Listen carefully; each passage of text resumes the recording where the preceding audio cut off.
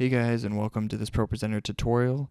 Really the whole goal of this is to go over how to make a template with two different font types on the same slide. And so basically our worship minister wanted to be able to put scripture on the screen like you can see here.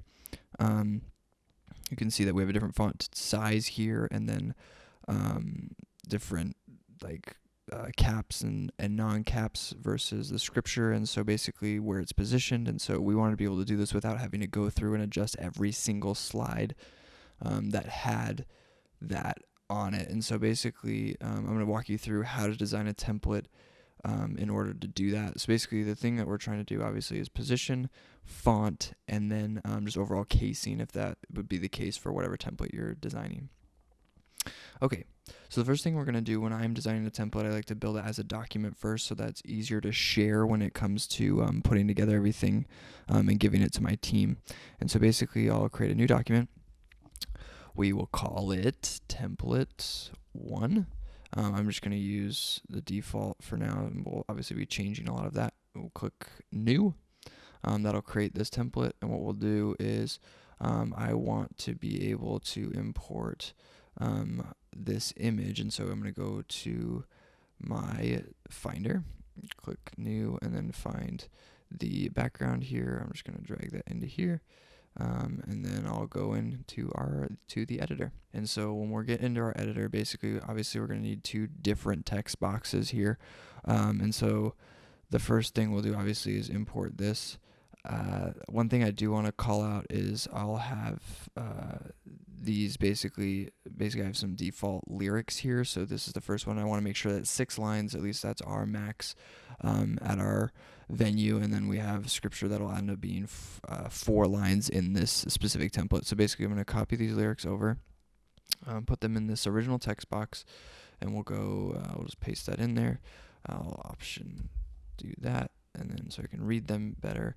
And then basically what I want for this specific template is I want my x-axis. I already have this all designed out, but just to save time, I'm just going to put this in here. And this name, you can just name it remain as default, or the other thing is text element. This is pretty important. We'll go in here and we'll go find our font, which is basically Proxenoma extra bold. It's not applying, so we're going to redo that. And then extra bold. I want this centered. I want the text to be 45, and then I'll go up to this. So that's basically what we're looking at here.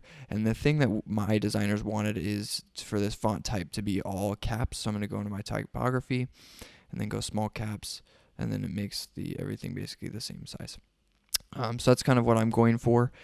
So that's for the first thing. And so basically the main thing you really want to focus on here is that your name is text element or default, or whatever basically that ProPresenter defaults to, because that is telling when you're importing and applying it to other templates, that's what it's telling it to apply as. And so basically the next thing we'll do is just add in the scripture text box. I'll go get my scripture, which is this.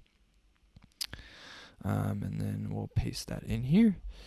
Make sure that your spacing's all correct. And so basically the way I want my scripture is I'll just adjust these numbers.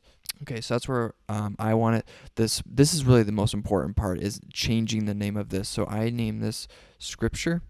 And so that's telling that text box for these specific templates that text box is called scripture, and that'll come into play as we're designing these templates going forward. One thing I didn't do on this was, I didn't align it forward, and then we'll align that to the top. Change this. Our font is 26 for scripture, and then I want that centered, and I want Proxenoma condensed, and then I want this regular, and then I want this centered, even though it's not applying. And then so it doesn't really matter as far as what this specifically looks like, but this is pretty much the template that I want for all my songs going forward. And so I try to pick a bigger verse that has something more than like 3 lines or 4 lines, so that to make sure that all this lines up in a way that is kosher when you're applying it. So at least that, because when we have larger scriptures, we want to make sure that it doesn't fall outside that text box, and you're not having to take the time to adjust it later. So this is looking pretty good. Remember, the main things you want to call out here is that this text box right here in this menu is named scripture, because if it's not, then it could be that your lyrics will mainly be applied to this, and that you want to make sure that this says text element as you create it. So the next thing we're going to do is create the template. So we'll right click on this, we'll hit template, and then save selected slide or slides to as template group. I'm just going to name this template 1, and then save that. Okay, so now this is ready. So I'm going to take this song as an example. So it hasn't been formatted. It's pretty much ready to go. So what we were doing previously to figuring out this template thing was having them all in the same text box, and then we'd go and manually adjust the verse for every song for every new template, and it took a long time. So we'd go in here and hit 20, and then if we wanted to adjust anything else, like as far as justification, normally we want ours centered or whatever, that's what we'd do. We'd just leave it like that, and then if we applied a new template, it was just a nightmare, because we'd have to go in there and adjust every single verse, and our worship minister really likes to have different verses on different slides because it really adds to the elements.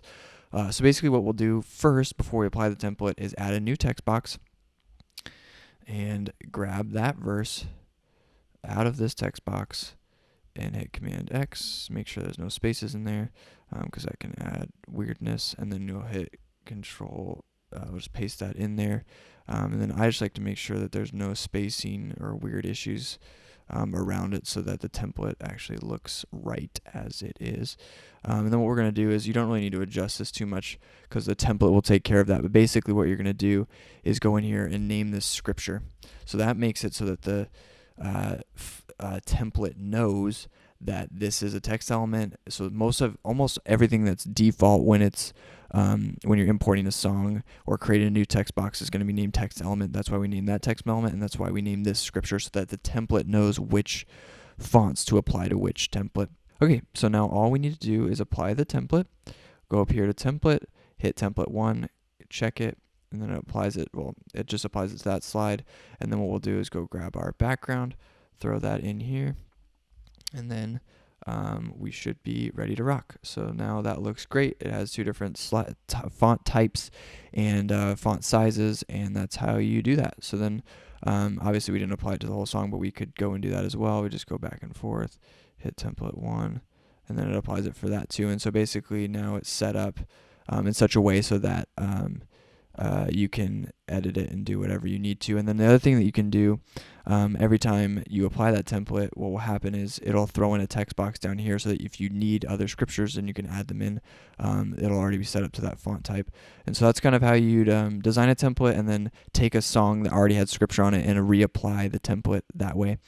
I'll link up in the description a link to my website that'll walk you through this kind of step-by-step in text form, just so you have this. And then I'll also just save out this as a template, so you can download that and use it within your ProPresenter as well.